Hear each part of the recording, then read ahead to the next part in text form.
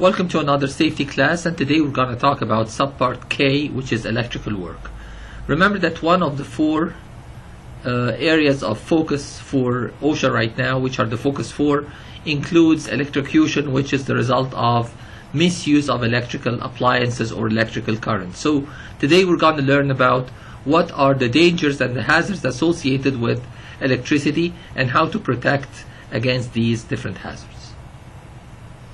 Some of the most frequent citations related to electrical work include branch circuits, ground fault protection, assured equipment grounding conductor program, lack of that, grounding path, ground fault circuit interrupters, GFCIs, guarding live parts, and equipment installation and use. These are some of the most frequently cited violations related to electricity.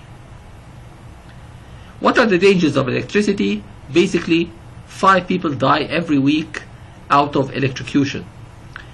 It causes the death of 12% of the younger workforce. Basically, most of those who die, or a large amount of those who die, are young people in the construction industry who do not have enough experience to the exposure and protection from electrical current. In addition to the risk of electrocution, we also have another risk related to electricity, which is the risk of fire. So fire may result from electrical misuse. So today we're going to talk about 6 different types of electrical hazards. 3 of them are direct and 3 are indirect. The direct ones include shock, which is an electrical shock that might not kill, electrocution, which is death due to electrical shock, and the third one is burns due to electrical shock as well. The indirect ones, if someone gets shocked while working on a platform, they might fall. So number 4 is falls. Number 5 is fires. Again, if not paid attention to, that electrical current may ignite something which might cause fire, and if that thing that's going to be ignited is explosive, then it might cause, in addition to fire, an explosion as well. So basically 6 types of electrical hazards, 3 direct and 3 indirect.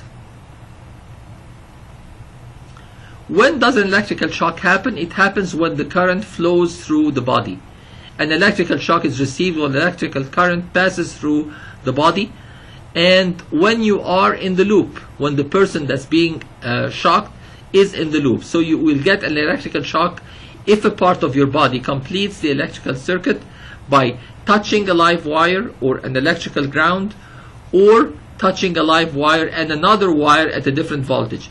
So as long as there's a difference in the voltage between the 2 wires, this is going to cause an electrical shock, because the difference is going to go through the body of that person holding the 2 wires.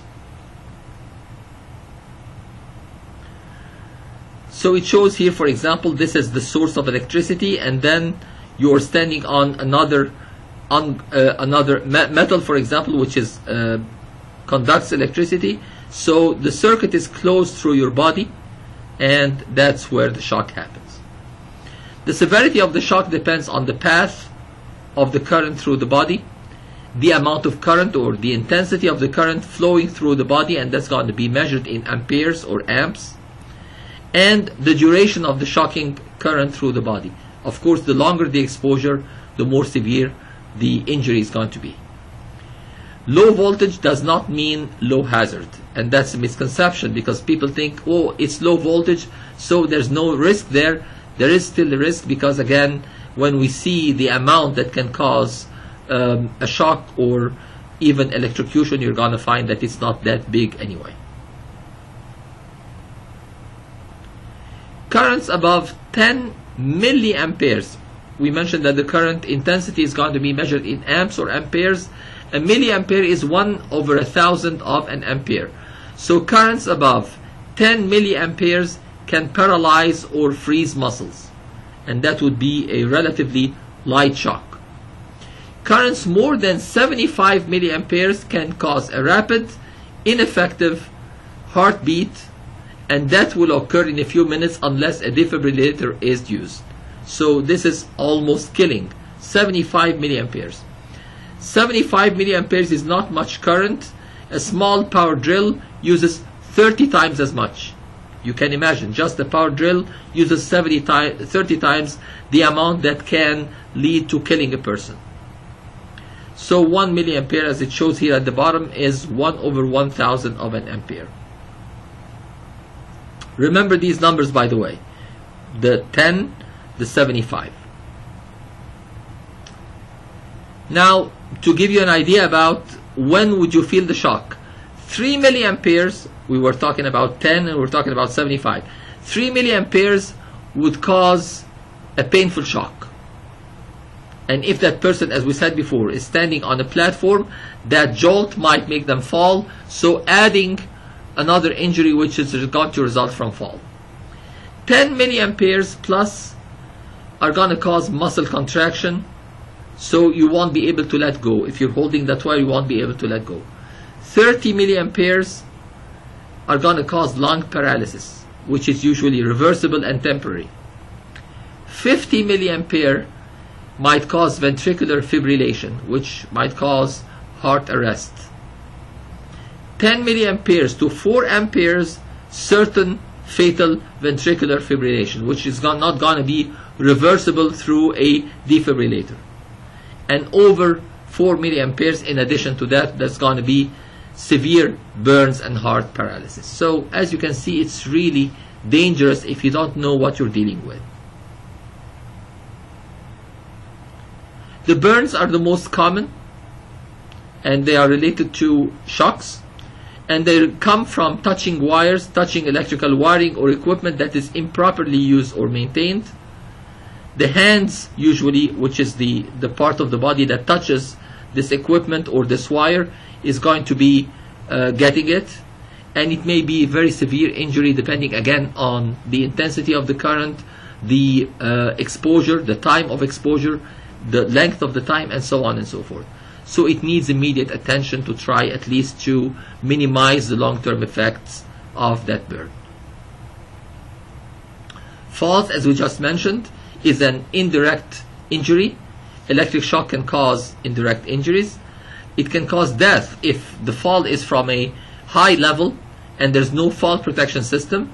So workers in elevated locations who experience a shock may fall, resulting in serious injury or death, especially that if the person is in a case of shock, they won't be able to reduce the impact of their fall by using their hands or something like that. They might lose consciousness, and that might lead to death.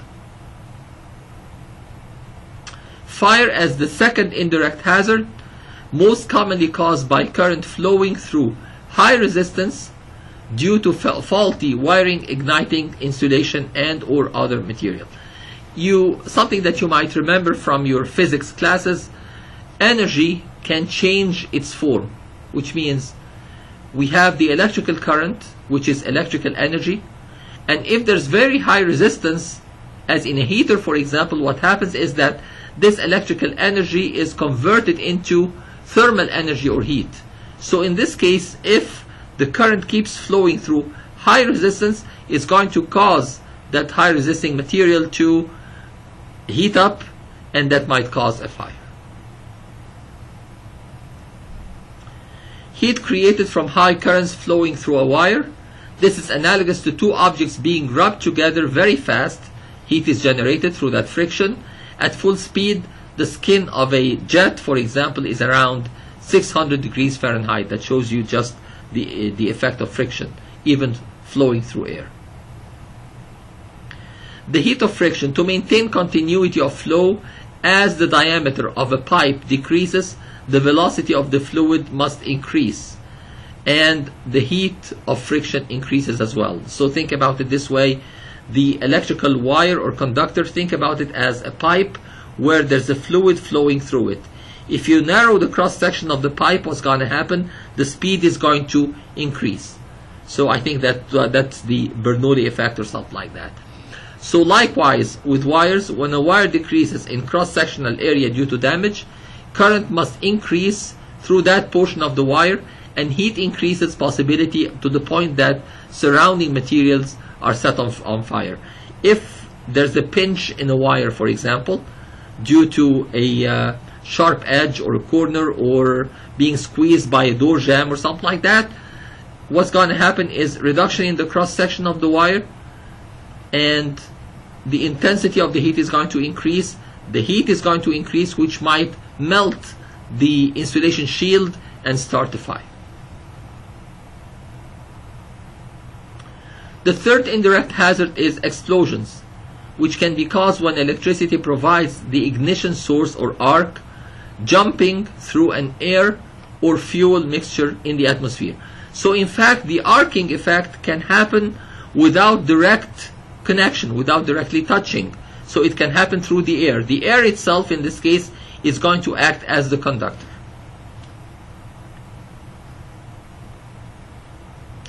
So the 6 hazardous electrical conditions are going to be exposed. We talked about 6 hazards, but 6 conditions here, which is something totally different. What might cause that electrical overcharge that might lead to a shock or to electrocution or to arcing? So we have exposed electrical parts that are not properly insulated, proximity to power lines, the arc effect that we talked about, inadequate wiring, which in this case you have too much current flowing through a very narrow wire, which is going to lead to, again, overheating. It's similar to reducing the cross section of the conductor. Defective cords, poor or no grounding, so the excess charge cannot be discharged to the ground, and overloaded circuits. Again, if the circuit carries a flow of a certain intensity exceeding the design capacity of that circuit. Look at this picture, for example. Here, this is something taken from a construction site, and you can see here exposed electrical parts. Here are the 6 hazards that we talked about, and this is the first one. The box cover was removed and the wiring was exposed. So first of all, we have several issues here.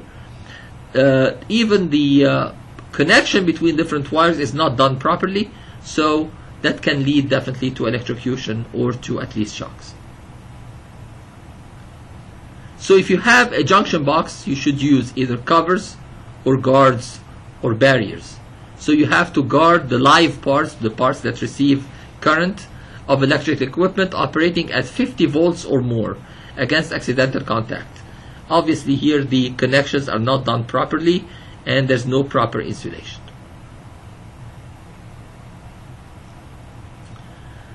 So to protect the control number 1, isolate electrical parts. We're going to use either cabinets or boxes or fittings. The conductors going into them must be protected and unused openings must be closed. Of course, here we have an unused opening that's not properly closed. They try to close it with something like duct tape, and that's not a proper closure for such an opening. So this is not properly done. Here we have the wires getting into that junction box, and again it's closed using duct tape. That's not the proper closure. I think this picture speaks for itself. You have a junction box. It does not have a cover. You have openings that are not properly closed. So here at least 2 violations in this picture. And again, the connections here are not done in any professional way, by the way. The second hazard is going to be the power lines. Do not get near power lines. Whether on dry conditions or even on wet or dry conditions, you should not get too close to a power line if it is still activated. If someone's going to work on power lines, they must be deactivated. Watch for cranes, ladders, what can get you close to the power line: cranes, ladders, scaffolds, backhoes, scissor lifts, and raised dump truck beds. The problem with cranes is that the person might not touch the wires, but part of the crane, which is metal, is going to touch that wire, so it's going to close the circuit and the person might get electrocuted. Same thing with a ladder. If the ladder touches, and if it's something like an aluminum ladder, for example, touches the wire, and again that's going to cause the closing the circuit, which is going to electrocute the person standing on that ladder. Same thing for the scaffold. Now for the ladders, we're going to see later that you should not use any metal ladders close to electricity. There are some other alternatives, whether it's wood or fiberglass, for example, that can be used in the proximity of a power line. So the general rule is keep away at least 10 feet from the power line. And you have to post signs to warn people that you are working close to an active power line. So warnings of danger. Assume, if you don't know whether the line is hot or activated or not, always assume that it's hot. Use no metal. Use wood or fiberglass ladders, as we just mentioned, not metal ladders. And always use PPE, personal protective equipment, whether it's related to guarding against electrocution or fall protection as well. So power line workers need special training and personnel protective equipment. De-energize if you're going to work above ground power lines. De-energize before working on them.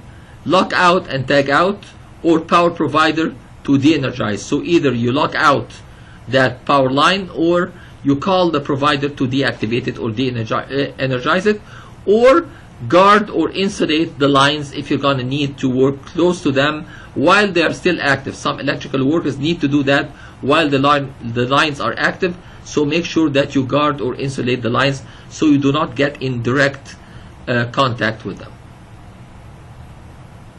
For underground power lines, we talked about above ground. Now for underground power lines, always call before digging. There's one call where it's a certain number, you're going to find it. If you don't know whether there are power lines underground or not, call and they're going to give you the paths of these power lines. Always locate and de-energize before digging, because again, if the blade of the backhoe or the digger hits that activated power line, that's going to cause a continuation of closure of the circuit and continuation of the flow of electricity. Recall one call if in doubt. If obvious signs of utilities, whether they're power boxes, poles, etc., exist, but they are not marked, whether they're active or not, call for the locator to remark before working. So better be safe than sorry. The number 3, control number 3, use correct wire, because the defective wires might cause electrocution, might cause fires, so use the proper and correct wire. Select wire size based on operation, building materials, electrical load, and environmental factors. So if it's going to be indoors versus outdoors, for example, if it's going to be heavy use versus light use.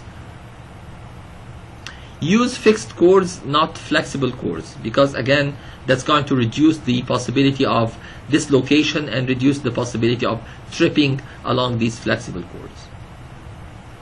Use the proper and the correct extension cord, and as we can see in the picture, it must be a 3-wire type and designed for hard or extra hard use. So there's going to be some sort of print on the plastic sleeve or insulation on that wire. Is going to show you exactly what are the proper working conditions for that particular type of wire.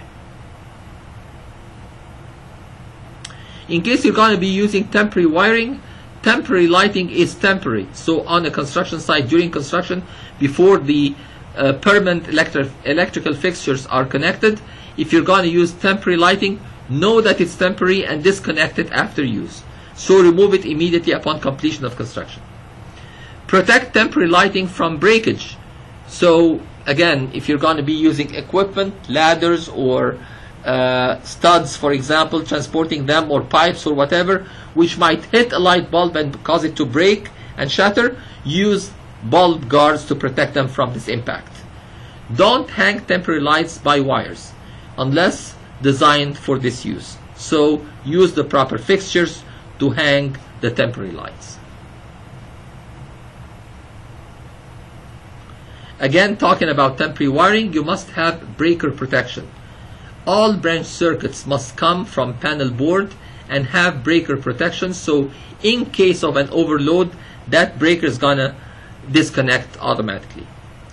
No temporary wiring on floors. Again, it's gonna cause the possibility of tripping, so branch circuits cannot be run on floors.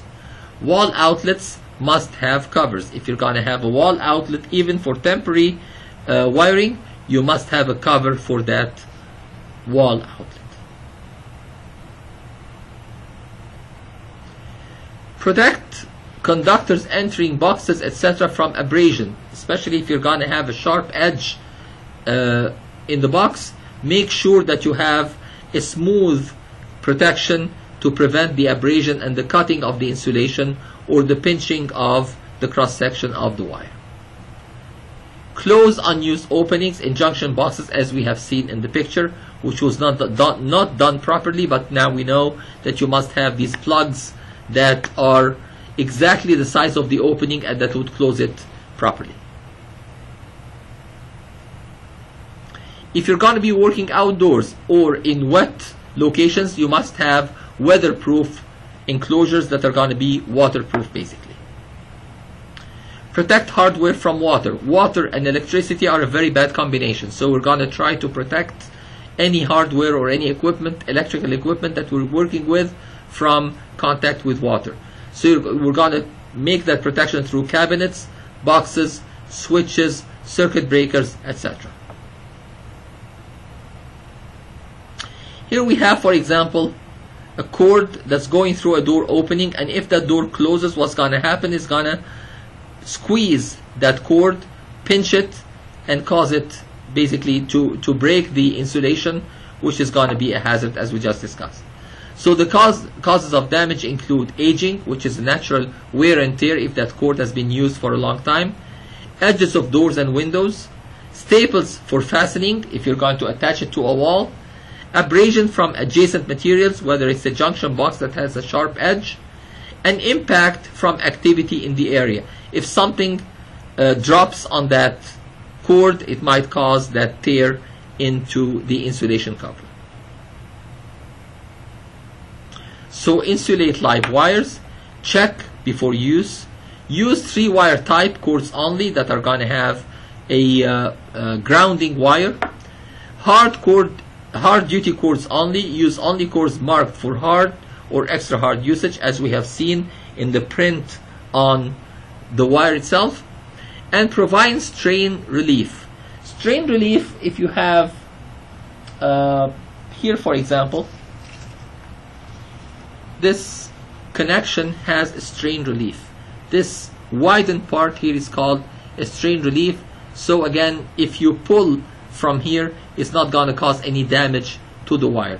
Use only cords, connection devices, and fittings equipped with strain relief, and you're going to see it through, again, the widening at the neck or the edge of that wire.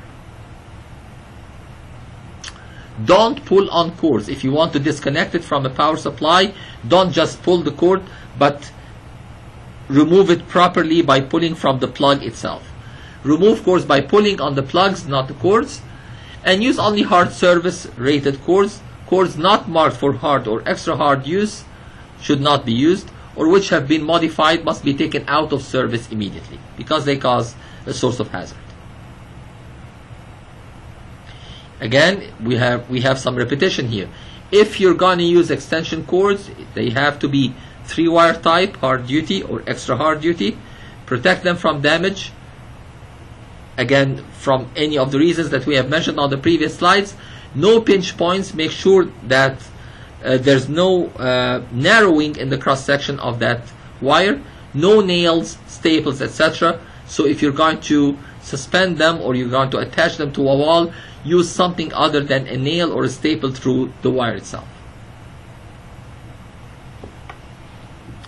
Use plugs with ground pins, the 3 pins. One of them is going to be the ground pin. So path to the ground must be continuous. Use only plugs with ground pins. No missing ground pins. Sometimes people would just break that ground pin because they can't find a grounded socket. That would be a big risk that you're taking in this position.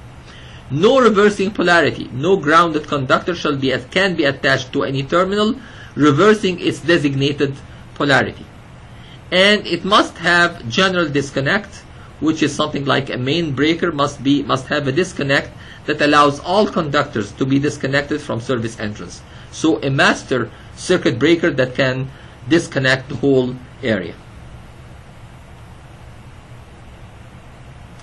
Repairs to extension cords, if there has been a tear or some damage to an extension cord, you can repair only extension cords made out of 12 gauge or larger of that type of cord. So if it's less than 12 gauge, you should not try to repair it.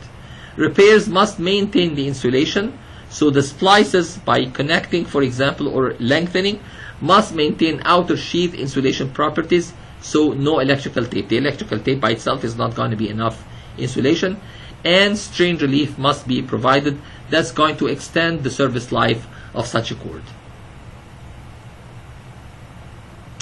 Hazard number 5, we talked about grounding. Grounding is a low resistance a low resistance path from a tool to the earth to disperse unwanted current. As you know, the earth has an infinite resistance. So any excess current, if it's sent to the ground is going to be able to absorb it without any problems. When a short occurs, energy flows through the ground and not through you. The short circuit basically is a discontinuity in the amount or intensity of the current flow. So you have a high intensity and an area of low intensity. If that happens, that's going to cause the shock or the electrocution. So there's no continuity. If you have grounding, the ground is going to absorb that difference. If you do not have grounding, then the person who is in contact with such a wire will have to absorb that difference, and it can be fatal.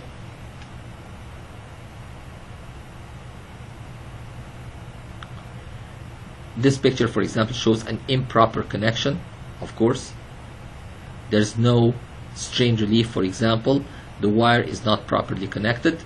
So tools plugged into improperly grounded circuits may become energized. A broken wire or plug on an extension cord are going to cause electrical shock or electrocution. So grounding is a very common OSHA violation. Here, what's wrong with this picture? It's missing the third element here, which is the ground part.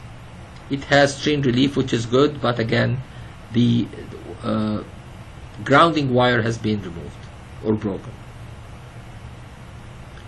Ground your equipment. Power supply systems, electrical circuits, and equipment have to be grounded, and inspect frequently to make sure that the path to the ground is continuous.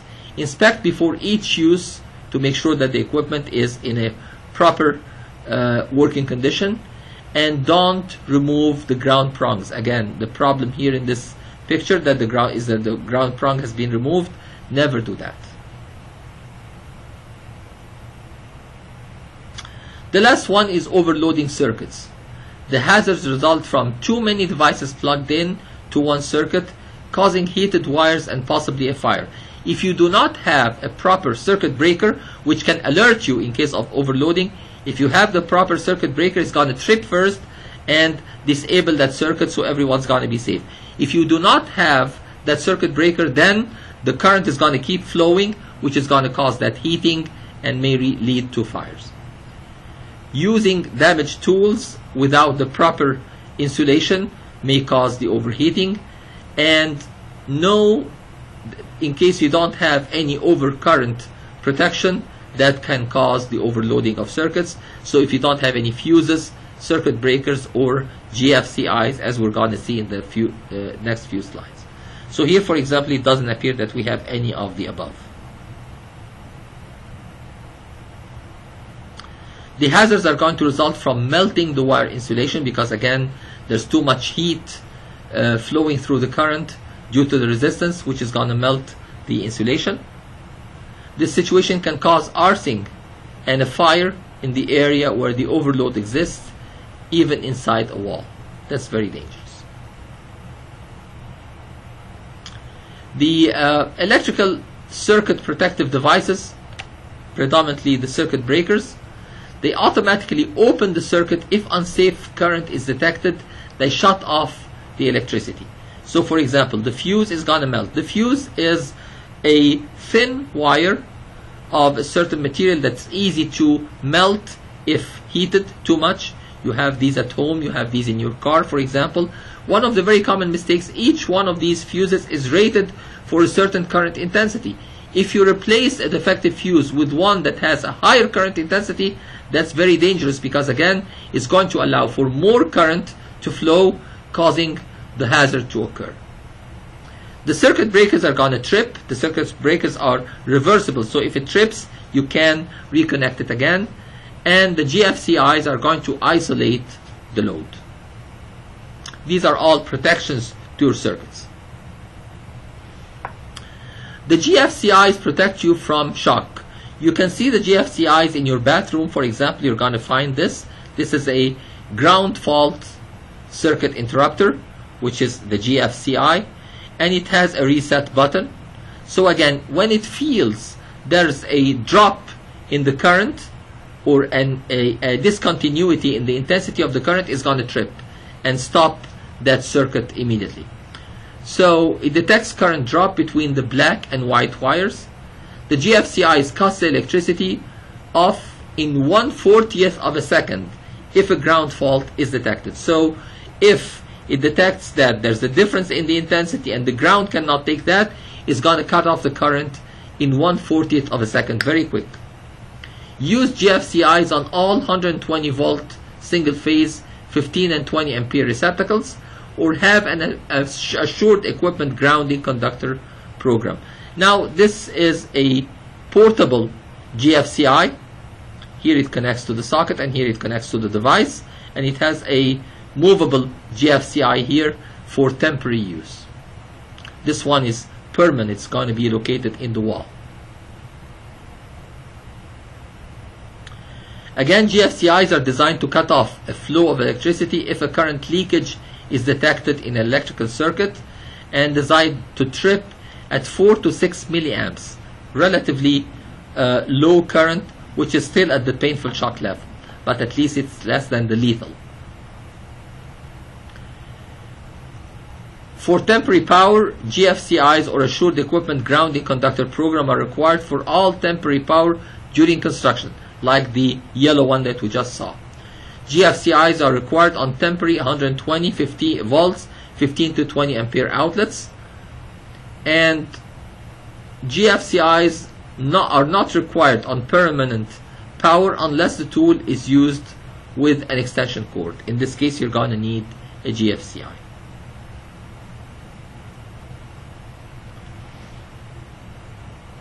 That's just a repetition of what we just said. Never snip off the ground prong on a plug. That will negate the safety feature of a GFCI, because again, the GFCI is going to measure the current going to the ground. So if the ground prong is not there, that renders it useless. Here's an example on how they work. Joe's outside with his power drill and it's raining. Again, as we mentioned before, electricity and water, very bad combination. Joe's standing on the ground, and since his drill is wet, there's a path from the hot wire inside the drill through Joe to the ground. If electricity flows from hot to ground through Joe, it would kill him, because he's going to absorb that difference in electricity.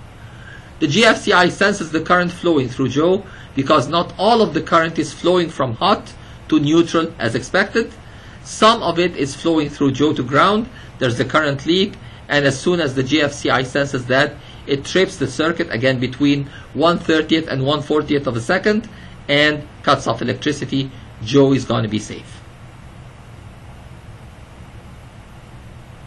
GFCIs are going to be required on generators, all portable generators of 5 kilowatt or greater. Kilo means 1,000. A GFCI protection can be built in or added as a pigtail. The pigtail was the yellow one that we saw on the previous slide.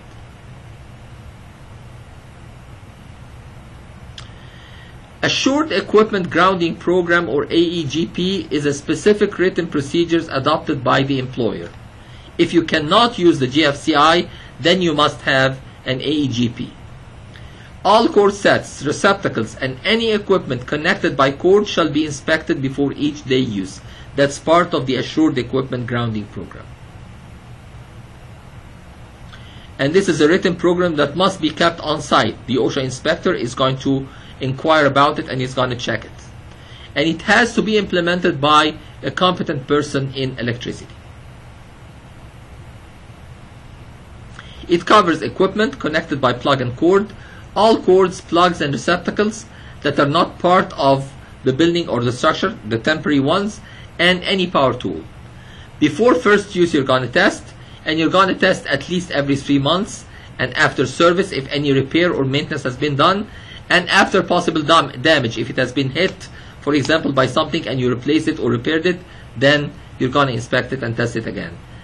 Test records must be kept. Again, this is going to be part of the inspection done by the OSHA inspector.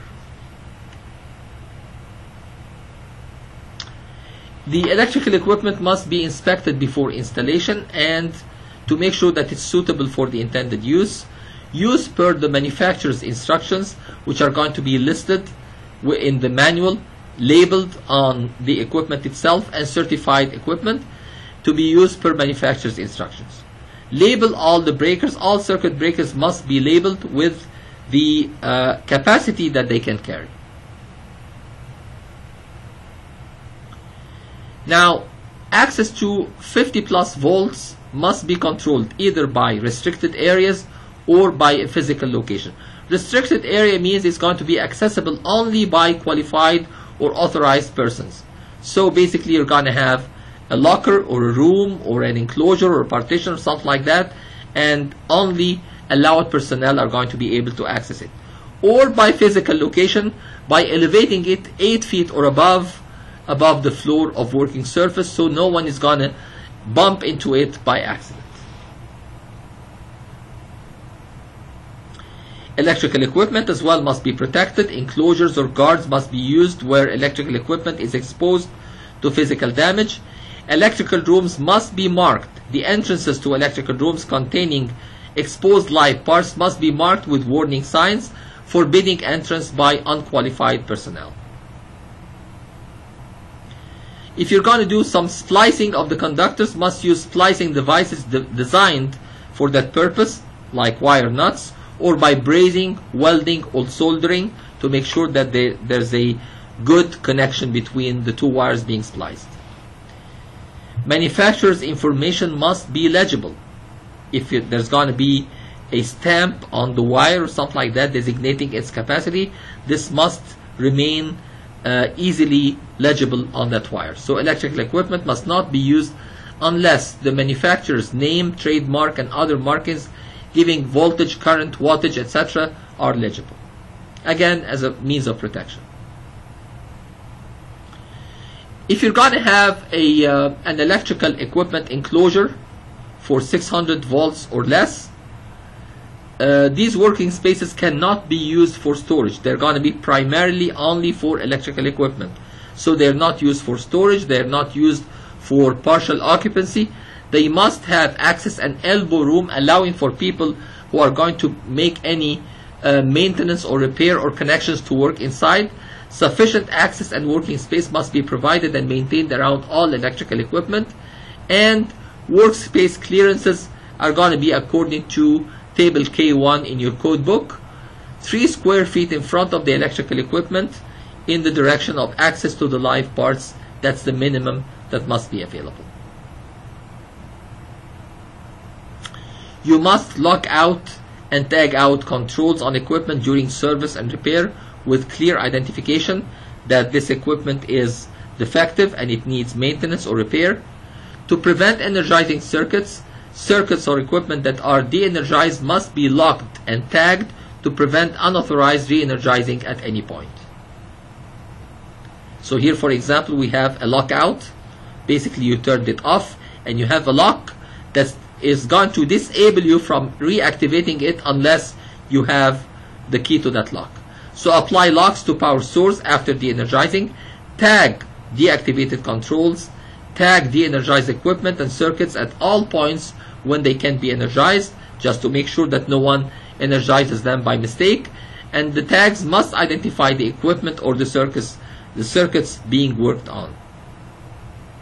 This, for example, is a single lock that locks only one circuit, or the access to one circuit, and this is a multi-lock where you can have 6 locks attached to that. Here we have the enclosure clearly marked as high voltage with the danger sign. So use barriers or guards like this, for example. Pre-plan work and post warning, and use protective measures including protective equipment, and keep work areas clear of cords, debris, or trip hazards so that no one can trip inside that room. Here obviously we have a cord that's totally defective because the insulation is worn out and the wire is exposed. So don't use worn or frayed cords. Don't fasten with staples, as we just mentioned. Don't hang from nails. Don't suspend objects with them. Plan your work with others. Here we have lockout, tag out. So here we have the lock and the tag on a circuit breaker. Plan to lock out and tag out equipment. Remove jewelry that can get hung on these wires or cause tears in these wires. Avoid wet conditions and avoid overhead power lines. Use proper hardware. This is the GFCI, as we mentioned. Use and test them. The switches, check them. The insulation, check it to make sure that there's no tear. Extension plugs, use 3-prong types. Make sure that the ground prong is there. Extension cords, use only when necessary and assure in proper condition and right type for job, whether it's hard use or heavy or extra hard use, and heavy duty or extra heavy duty. And the connectors, use the correct ones. Train the employees to use safe practices, including de-energizing before starting to work. Use only cords, tools, etc. that are in good condition. Lock out and tag out procedures, you have to train them on that, and you have to train them on using the proper personal protective equipment. So as a summary, these hazards are inadequate wiring leading to overheating or overloading of the circuit, exposed electrical part leading to electrocution or shock by touch, bad insulation on wiring, ungrounded tools and electrical systems, overloaded circuits, damaged power tools and equipment, wrong personal protective equipment and tools, overhead power lines, working too close to overhead power lines, and wet conditions make all hazards worse. The protective measures are going to be proper grounding, using GFCIs, using fuses and circuit breakers, guarding live parts, lock out and tag out on the equipment that needs maintenance or the circuits that need maintenance, proper use of flexible cords. Again, do not pull from the cord itself but from the plug. Close electric panels, they're going to include electrical equipment, and train personnel for the knowledge of the hazards and how to deal with these hazards to minimize their occurrence. Some quick questions. At what amperage will a GFCI trip? Do you remember the number? 4 to 6 milliamperes. What is the proper way to repair an extension cord? Repair only, the only ones that can be repaired are 12 gauge or larger. Repair must maintain insulation properties, and a shrink sleeve can be used for that connection. And you have to make sure that the properties of the wire or of the conductor are clearly printed and are legible on that extension cord. What should we do to protect unauthorized employees from entering electrical rooms with live parts? We mentioned two measures. One of them is the physical, and the other one is marking the room with the warning signs forbidding entrance by unqualified and unauthorized persons. What types of electrical cords are acceptable for use in construction? Usually 3-wire type, hard or extra hard duty, or heavy or extra heavy duty. These are the only cords that are extension cords that are properly used in construction sites. That's basically our presentation on electrical hazards, subchapter K. I hope you have learned a few things to keep you safe when working with electricity. See you in another lecture.